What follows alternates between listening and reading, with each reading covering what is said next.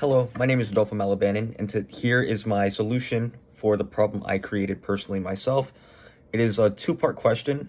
It deals with some parts of flux as well as potential difference with voltage, force, field, stuff like that. So for the first question, they asked you what is the potential difference, the voltage between the two plates of the accelerator. This is a very, very standard problem that we've done on most quizzes. However, I added a little twist in that I asked that, assuming that the voltage remains constant from your solution, if there was no insulator, i.e. that the insulator constant was just 1, how would this affect the charge in the flux by what factor? By what factor? So this is basically just a standard problem. We have Q is equal to capacitance is equal to capacitance multiplied by voltage. Isolating for voltage, we have voltage is equal to charge over capacitance. We know that our charge is equal to 5C, and that here's the curveball of the problem. If you search up online, you'll find the capacitance equation is equal to epsilon naught multiplied by the area over the distance between the two plates. However, after our little thought experiment, after experimenting with those interactives, and what we were taught in class is that there might be an insulator present between the two plates, and that will also have an effect on the capacitance.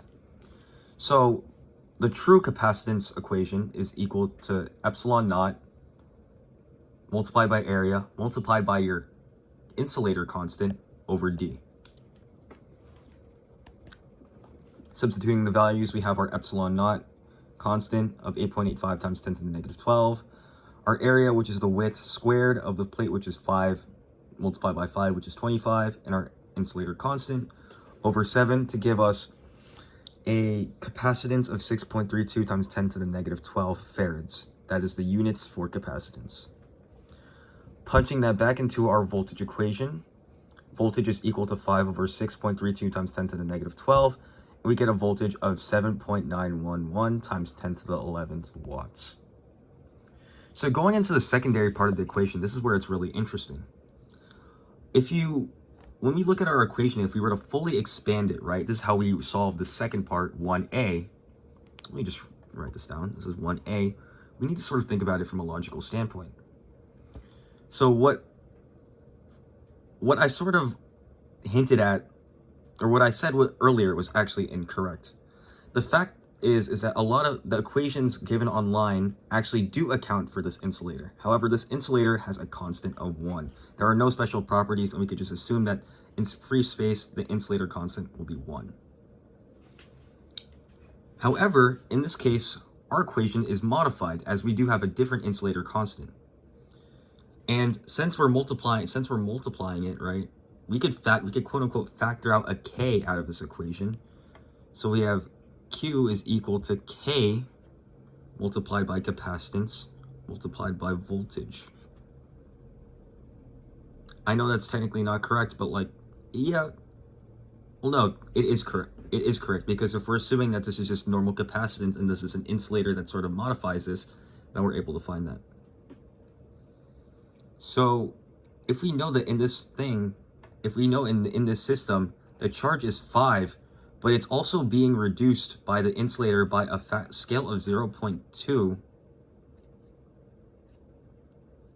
C delta V, we know this is actually just 20% of the actual charge that could be happening within the system if the insulator constant was not there.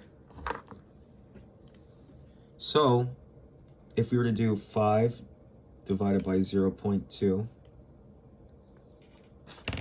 we get that the actual charge would be 5 times as much. So we'd have 25 is equal to C delta V. So because of the insulator constant, we're actually reducing the actual charge by 20. We're reducing it to around 20% of what it would actually be if this insulator constant was not there. And how will this affect the flux? We have flux is equal to Q over epsilon naught, right? However, in this case, since our Q is being changed by a factor of 5 due to this due to this insulator constant, it would also follow the same properties, and thus it is being limited by a factor of 5x, and without it, it would be multiplied by 5. That is our answer here. So the next question is a flux question, and I think it's best if we draw a diagram, right? So this is going to be kind of weird since I can't really draw in 3D, but we're given that a triangle with equal bases and height, so we know that these two are of equal length, and they're half the length of a capacitor plate. So if a capacitor plate is 5 meters long, we know it's going to be 2.5 for each. And that is our Gaussian surface. And we're given that a plate, right?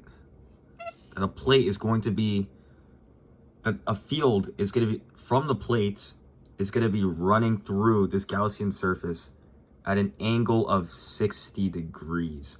I know that's sort of hard to show, but like, something like this, right? We'll have a 60-degree angle at which it approaches it, right? It's not exactly going straight through. It's not perpendicularly going straight through. However, it's going to be like on a tilt.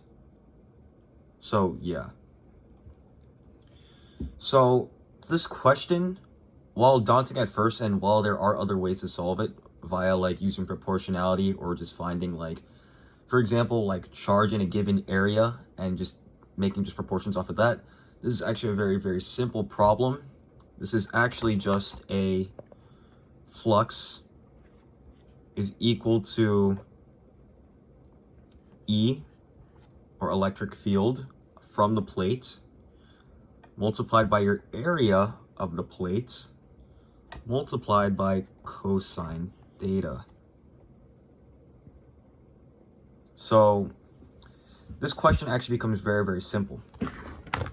We have E, right? And for the flux of the plate, we could derive this through finding the flux of the plate, or through like using the flux equation and just manipulating it. So for giving that flux is equal to Q over epsilon naught over A. No, it's, oh shoot, sorry. If flux is equal to Q over epsilon naught, then if we were to just divide both sides by the area, we would get your electric field of an area is equal to Q over epsilon naught multiplied by A.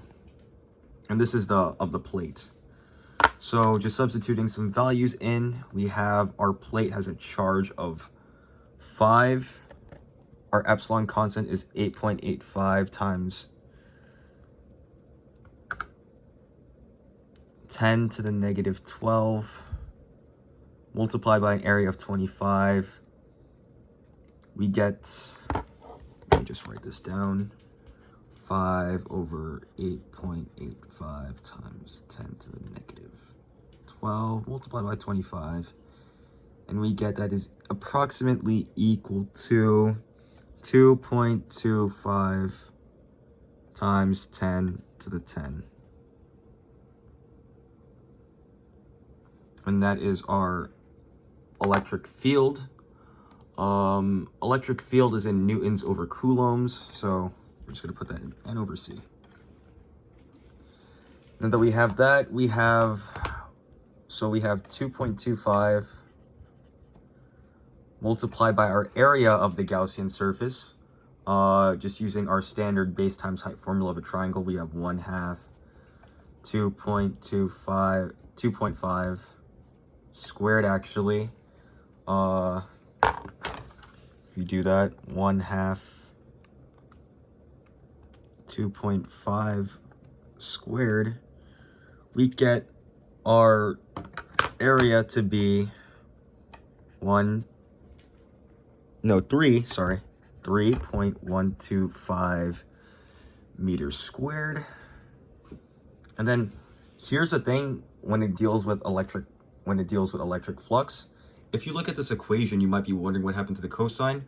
However, when it deals with these surfaces, what you have to take into account is that since it's parallel and it's going straight through, it's not like on a tilt, your cosine value would just be cosine of 0. And that would just equal to 1 based on the unit circle values. So we know that our angle is actually 60 degrees, and cosine of 60 using special right triangles, we know that's root 3 over 2.